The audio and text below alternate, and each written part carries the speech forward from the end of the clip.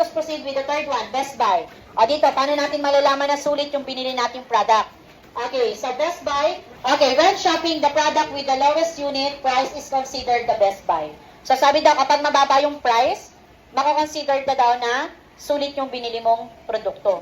Which is sometimes totoo, pero madalas din, hindi. Kasi nakadepende nga po iyon sa quality ng product. Okay, so best buy, the option with the lowest unit price. Okay, and unit price, ito po yung the cost per single unit. So, ito po yung kung magkano per piece yung isang product. Okay, to know which product is the best buy, we need to compare the unit price. So, i-compare natin, magkano ba yung pumapatak na presyo ng isang product, ng isang item, kapag kinalculate natin. Okay, however, the cheapest price tag does not always mean the best value.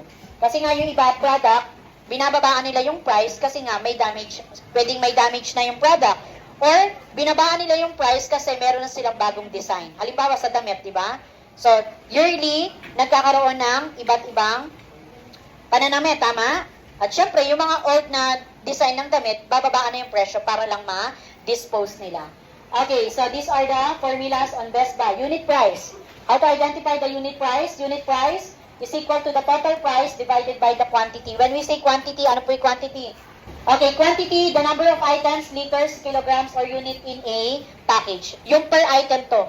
Halimbawa, sa loob ng isang box, merong 12 pencils. Okay, sa inyong quantity, kung ilang pencil yung nasa loob ng isang box. Okay, the total price, that amount paid for the whole package or quantity. Kung magkano yung kabuuang babayaran mo kapag binili mo yung isang box. So this time, let us use that formula to answer the given problem. So, girls, can you read the given? A pack of 12 pencils costs 120 pesos, while a pack of 24 pencils costs 210 pesos. Which is the best buy? Okay, so, meron tayong dalawang box. Yung isang box ng pencil, ilan ang laman? 12 sa halagang 120. And then, yung pangalawang box, 24 pieces na pencil sa halagang. Okay, ang tanong, ano daw kaya yung mas mainam bilhin? Okay. Based on your observation, ano kayang bibili nyo? Yung 12 pieces o yung 24 pieces? Garcia? Yung 24 pieces po, kasi kapag 12 pesos cost about 10 pesos. Yung 24, kapag pinas natin ito, kapag 24 pesos case, kapag plus about 10 pesos, magiging 240. Okay, ibig sabihin, nakatipid tayo ng? Very good, makakatipid tayo ng 30 pesos. So, what we're going to do, step number 1, alamin natin magkano pumapatak per item. Ito po yun.